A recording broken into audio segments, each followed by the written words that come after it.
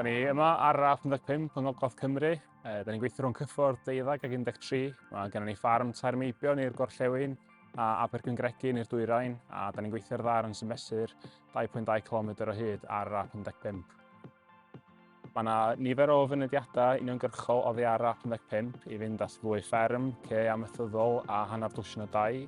Da ni'n tynnu rhain o yma ac yn rhoi cyffwrdd briodol fel bod y rhain yn gallu mynd ar A55.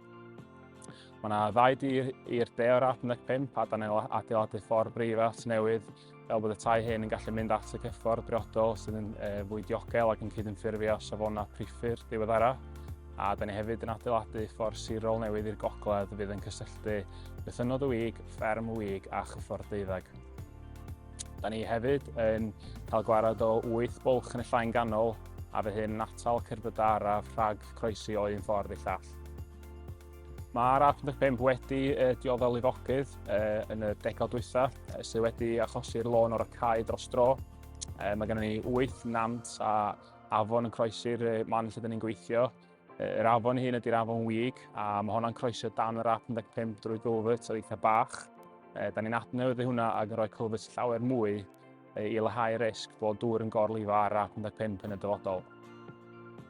Yn ogystal â strwythur eitha mawr i gulvert yr afon wig, da ni hefyd yn ailadeiladu 2 strwythur tanffordd, un i fferm y wig a un i fferm Tair Meibion sydd yn galluogi'r ffermwyr bori 2 ochr yr A55. Da ni hefyd yn adeiladu llwybr teithio llesol fydd yn galluogi i feicwyr, cerddwyr a phobl sydd ar gefn ceffyl i fynd o'r ffordd sirol ymlaen ymhellach i gyffwrdd 13.